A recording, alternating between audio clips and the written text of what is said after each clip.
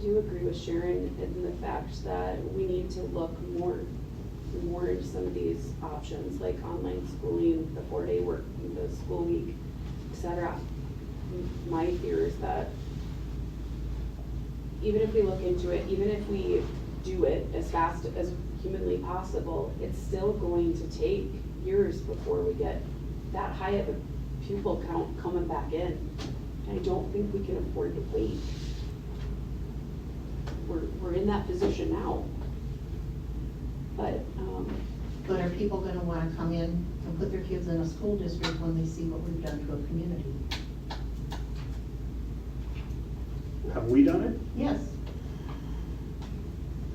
I think we've been, I mean, my mind is completely different than your mindset on it, but we've been saying all along to the community, no decisions have been made.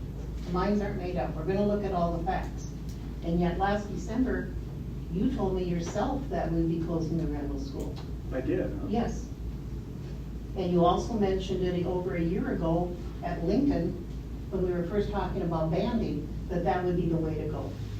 You didn't say what Come to on, happen. Sharon. I'm serious. I think you're putting words in my mouth. No, when I asked you about staying on as board chair one more year, you were, I'm sure in your mind, being kind to me and saying, I don't think that's a good idea for you to be the board chair the year we're gonna close the Randall School.